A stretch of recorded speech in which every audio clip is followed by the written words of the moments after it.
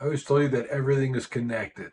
And it's never more true than when we're talking about the economy. And that's why I talk about a lot of different things, such as today, we're going to be talking about Donald Trump and Jerome Powell a little bit. I want to show you how I think about it and how maybe you could think about it too. But also, we're going to talk about that we're rolling right into the three worst months of the stock exchange historically, coming right up soon, and a lot of double-digit inflation, double-digit unemployment, and a few things we're going to talk about what's going on with the economy so that you can land on your feet and adapt and prepare for everything that's going to play out either way. You can either get on the side of this wiped out or broke, like most people will be, or you get on the other side in a better place that can help with people you care about. I ask you always, please click like on this video so that we can get this message out to more people, and a lot of people need it right now. So you're helping them and you're helping me. So thank you. And there's a lot of drama about, is Jerome Powell going to get fired or replaced or forced out? There's a lot of ways that he could be removed.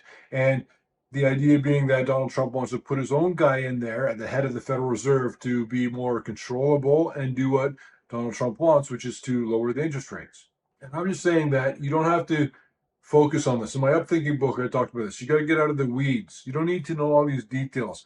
It'll either be Powell until it is in his term ends in May, so he's going to go either way pretty soon. And there's a whole bunch of legal suits coming out, and actually a lot of lawsuits coming out right now that are going to be decided in the first week of August, I believe, that maybe a lot of these tariffs are not technically legal and will have to be reversed, which will have a big impact on the markets too.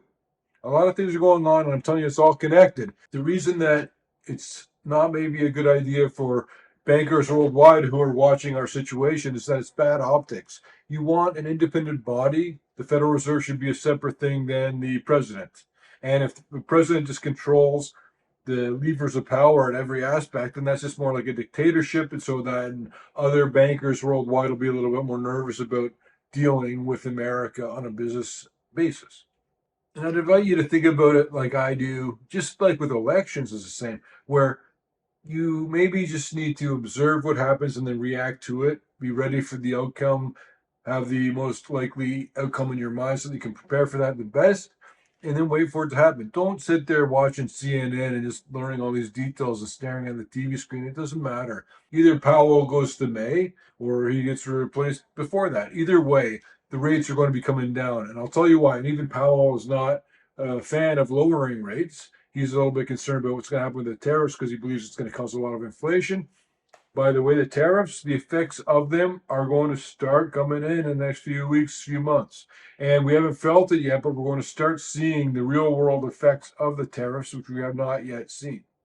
But my overall premise is that when this great alpha bubble, the largest bubble ever inflated in the history of the world, when it pops, and it will, because a tree cannot grow to the sky, and everyone doesn't believe it because it's been doing so well for so long. When it reverses and goes the other way, it's going to be very painful. There'll be financial emergencies, people getting wiped out. And the way they're going to react to that is by driving interest rates to the floor. So maybe Powell gets replaced sooner and they drive rates lower faster, or he hangs on until May. But at some point, when the mud hits the fan, he's going to be driving rates to the floor. That's just what they're going to do. They did it last time, they'll do it next time. And when they lower the rates, as I've showed you, and I'll show you now again closer up on the chart so you can see exactly clearly what I always tell you, the lowering of the rates is actually the thing that often sets off the recession. The recession isn't because of the lowering of the rates. The recession is because the economy is slowing down. And so one of the things they do is lower rates. It just so happens to line up. Or it tends to happen sort of at the same time period. But as I've been telling you for ages, and you guys are starting to listen to me now, are you? We have this big economic explosion or implosion. One of the things that's going to happen is they're going to create a tremendous amount of brand new money that doesn't even exist right now, but it will be created, therefore watering down the value of every single US dollar in existence. And combined with the effects of the tariffs and the retailers, a lot of them loaded up their inventory and they're working through that too. So as that fades away and the tariffs kick in at a time of all the monetary creation and as interest rates get lowered, that's when you're going to see massive double-digit inflation. And in the recession, you're going to get double-digit unemployment, double-digit stock market declines, double-digit real estate declines, which we're starting to see Now, the wealth effect will go down with that as well. As real estate starts to turn over, you're going to see the momentum of it build. It'll start slowly at first and then gradually pick up and then spread out to more areas, and it will grow in that sense. But I'm not even debating about it anymore. I'm just telling you that this bubble is going to pop probably pretty soon. Probably it'll take longer than I think it will, but it might happen sooner than you think it will. What would be a good time for the bubble to pop? Well, I don't know. Maybe in one of the upcoming three of the worst months of the stock market historically, September, October, November. And now you've got the tariffs kicking in, the effects of them. One of the other things that's a big issue, the biggest issue of all of this, is that the war between Israel and Iran is going to reignite.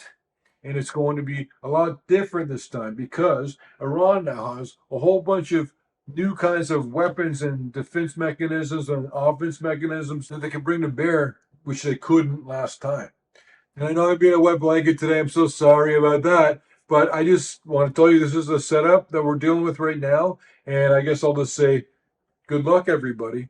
We'd love to help you out as best we can in this absolutely economic time of chaos and tumult, which is about to become famous for the popping of the largest bubble of all time. There'll be stories about how nobody saw it coming. Well, you're seeing it coming, and it's about to happen soon. Like I said, it'll take longer than I think. It'll happen before you believe. Probably. And hey, if you guys will let me help you as best we can, then you can get the Peter Leeds app, which is really screamingly cool. I use it all the time.